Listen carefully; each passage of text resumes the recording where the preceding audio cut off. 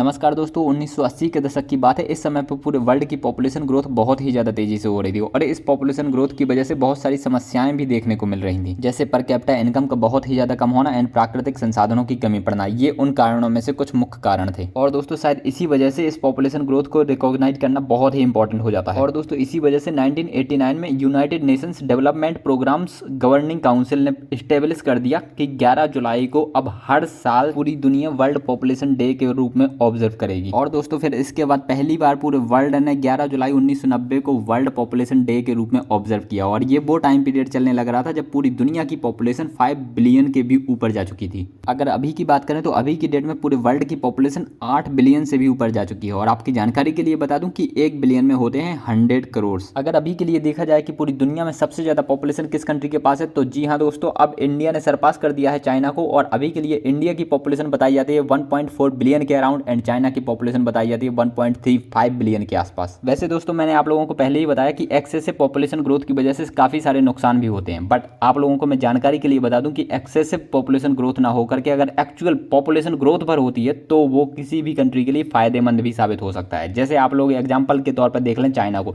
तो चाइना की जो वर्ल्ड में सबसे ज्यादा पॉपुलेशन अभी तक रही है ना, उसी पॉपुलेशन की वजह से शायद आज की डेट में चाइना इतना ज्यादा पावरफुल हो चुका है। क्योंकि दोस्तों अगर किसी भी कंट्री के पास पॉपुलेशन काफी ज्यादा है तो उस कंट्री के पास डेफिनेटली चीप लेबर्स उपस्थित होते हैं और चीप लेबर्स की वजह से उस कंट्री में बहुत आसानी से मैन्युफैक्चरिंग हो सकती है और उस कंट्री में प्रोडक्शन बहुत हाई हो जाती है, जिसकी वजह से बाकी जो कंट्रीज होती हैं वो वहां पे बहुत ही ज्यादा इन्वेस्टमेंट करती हैं और उस वजह से उस कंट्री की जो ग्रोथ है वो बहुत तेजी से होती है। और दोस्तों जैसे कि मैंने आप लोगों को पहले ही बताया कि चाइना की सक्सेस के पीछे शायद उनकी पॉपुलेशन का एक बहुत ही बड़ा और क्रिटिकल हाथ है। लेकिन दोस्तों पॉपुलेशन बढ़ने से पर कुछ नहीं होता। पॉपुलेशन अगर प्रॉपर तरीके से वेल मैनेज्ड है तभी आप पॉपुलेशन का फायदा उठा सकते हैं और तभी आप अपनी कंट्री को एक सफलता की राह या फिर सक्सेस की राह पे ले जा सकते हैं। अब दोस्तों वर्ल्ड पॉपुलेशन डे 2023 पर अपन सिर्फ पॉपुलेशन ग्रोथ की बात नहीं करने वाले हैं, यहाँ पर पॉपुलेशन डिक्लाइन की भी बात करेंगे, क्योंकि कुछ कंट्रीज हैं जो पॉपुलेशन एक्सेसिव पॉपुलेशन ग्रोथ की वजह से परेशान है, जबकि कुछ कंट्रीज हैं जो पॉपुलेशन डिक्लाइन की वजह से परेशान है। और दोस्तों उनमें से एक सबसे इंपॉर्टेंट कंट्री है जापान। और अगर आप इसके अलावा दूसरी कंट्रीज जानना चाहेंगे तो मैं आप लोगों को इसके लिए चाइना को भी एड ऑन कर सकता हूँ, क्योंकि चाइना भी पॉपुलेशन डिक्लाइन देखने वाला है। वैसे दोस्तों कुछ एस्टिमेट तो ऐसा भी बताते हैं कि जापान की जनसंख्या जो कि अभी 12 करोड़ के अराउंड है वो 2050 तक जाते जाते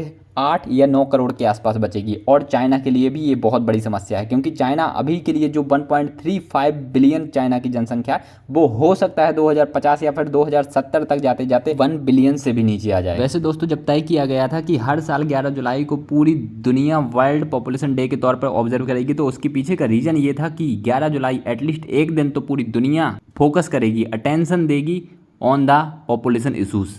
अब पॉपुलेशन डिक्लाइन हो रही है या फिर पॉपुलेशन ग्रोथ हो रही है, ओवरऑल पॉपुलेशन इशूज़ पर फोकस किया जाएगा। तो आई होप दोस्तों आप लोगों को वीडियो में दी गई इन्फॉर्मेशन पसंद आई होगी एंड वर्ल्ड पॉपुलेशन डे 2023 क्यों मनाया जा रहा है और आखिरकार वर्ल्ड पॉपुलेशन डे का इतिहास क्या है, आप लोगों को सारी चीज़ें बहुत अच्छे से क्लियर होंगी। तो अब आप लोगों को अगर कोई भी डाउट या क्वेरी आती है आप लोग कमेंट कर सकते हैं और किसी भी इंपॉर्टेंट चीज़ के बारे में अगर आप वीडियो चाहते हैं तो डेफिनेटली आप लोग कमेंट तो कर ही सकते हैं। मिलते हैं अपन अगले वीडियो में। आप लोग अपना ध्यान रखिएगा, चैनल को सब्सक्राइब करना बिल्कुल मिस मत कीजिएगा।